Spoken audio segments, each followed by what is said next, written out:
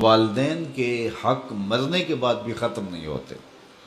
اعلیٰ حضرت عظیم البرکت امام اہل محبت امام شاہ احمد رضا خان فاضل بریلوی علیہ رحمہ نے تو باقاعدہ اس پر رسالہ تصنیف کیا اور مختلف احادیث سے 12 حقوق کا ذکر کیا جو مرنے والوں کے بعد ان کی اولاد کے ذمے عائد ہوتے ہیں۔ ایک حدیث میں 4 حقوق کا ذکر ہے، ان میں سے سب سے پہلا حق یہی ہے الصلاۃ علیہما، ان پر جنازہ پڑھنا، تجہیز و تکفین تدفین یہ سب جس کے زمرے میں آتی ہے، تو یہ پہلا حق ہے۔ اور اگر اولاد خود جنازہ پڑھائے تو ان کی سعادت ہے، اور کسی نیک صالح شخص سے جنازہ پڑھوایا جائے، اس کا اہتمام کیا جائے، اور اولاد خود بھی جنازہ پڑھنے کی اہلیت اور صلاحیت رکھتی ہو تو یہ کتنی بڑی بات ہے۔ دوسرا حق استغفار لہما، ان کے لیے بخشش کی دعا کرنا۔ مرنے والوں کو انتقال کے بعد سب سے زیادہ ضرورت دعاؤں کی ہوتی ہے۔ حضور علیہ السلام کا فرمان ہے، ہم جب کسی شخص کو بھی قبر میں دفن کر کے آتے ہیں تو اس کی حالت ایسے ہوتی ہے جیسے کوئی شخص پانی میں غوطے کھا رہا ہو۔ اس مشکل اور آڑے وقت میں اپنے پسماندگان کی طرف سے اگر اسے کسی چیز کا انتظار ہوتا ہے تو دعاؤں کا انتظار ہوتا ہے۔ کسی کے ہاتھ اٹھ جائیں اور کوئی میرے لیے دعا کرے، ابھی سے سوچ لو انجام اپنی طوطا چشمی کا، قبر میں تم کو بھی ضرورت ہوگی دعاؤں کی۔ اور میں کہتا ہوں کہ اگر اولاد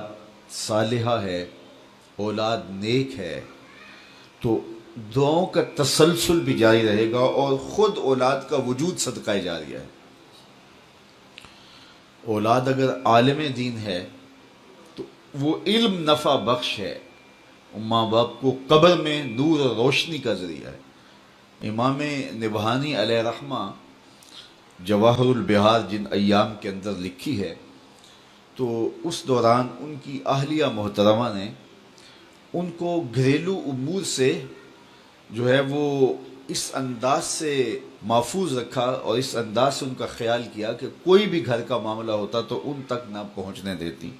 کہ میرا شوہر رسول کریم صلی اللہ علیہ وآلہ وسلم کے فضائل لکھ رہا ہے اور حضور کی عظمتوں پر جو ہے وہ کام کر رہا ہے، اور میں ان کو گھریلو الجھنوں کا شکار کر دوں، یہ نہیں کروں گی۔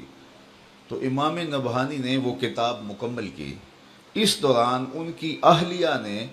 چونکہ اپنے شوہر کو گھریلو الجھنوں میں مبتلا نہیں ہونے دیا کہ یہ حضور کے دین کا کام کر رہے،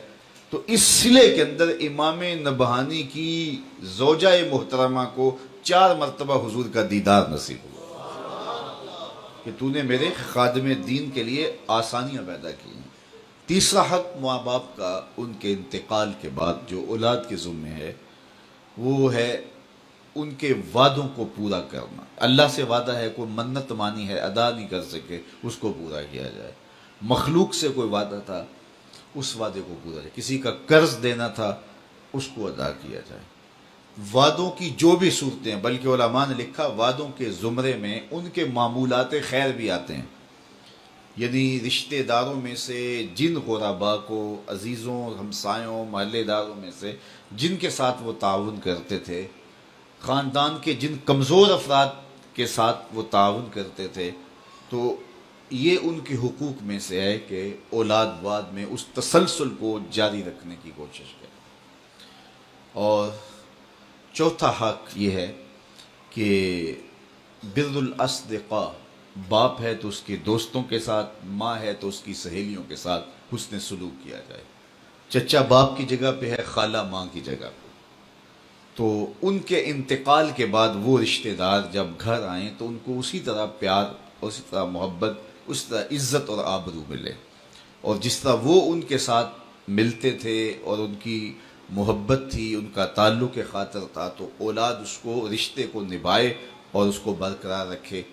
اور اس سے ان کی قبر میں روح خوش ہوتی ہے۔ تو یہ 4 حق ایسے ہیں جو مرنے کے بعد بھی اولاد کے ذمے لازم ہوتے ہیں کہ وہ اپنے ماں باپ کو مغفرت کی دعاؤں میں یاد رکھے اور ان کے لیے اللہ کے حضور التجائیں کرتے رہے۔ جو شخص ہر جمعۃ المبارک کو اپنے والدین کی قبر پہ سورہ یاسین کی تلاوت کرتا ہے تو اس کی بھی مغفرت ہو جاتی ہے اور ماں باپ کی بھی مغفرت ہو جاتی ہے۔